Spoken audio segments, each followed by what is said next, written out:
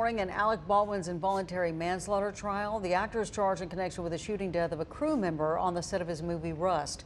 Prosecutors and Baldwin's attorney laid out their cases for jurors yesterday. Here's ABC's Rhiannon Alley. Opening arguments kicking off the involuntary manslaughter trial of actor Alec Baldwin. He pointed the gun at another human being, cocked the hammer, and pulled that trigger in reckless disregard for Miss Hutchins. This was an unspeakable tragedy, but Alec Baldwin committed no crime. In 2021, the prop gun Baldwin was holding on the Rust movie set went off, killing cinematographer Helena Hutchins.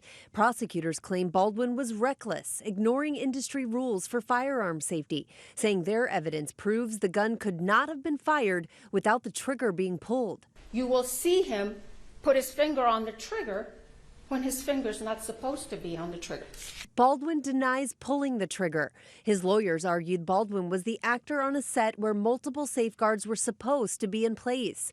They say he was told the gun was cold, meaning it had no live rounds. Even if he intentionally pulled the trigger like the prosecutor just demonstrated, that doesn't make him guilty of homicide.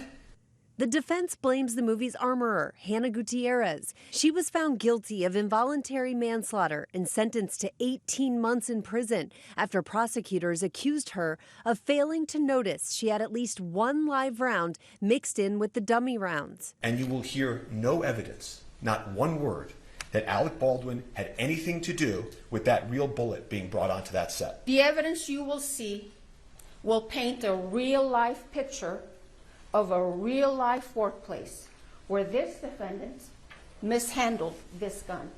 Rhiannon Alley, ABC News, New York.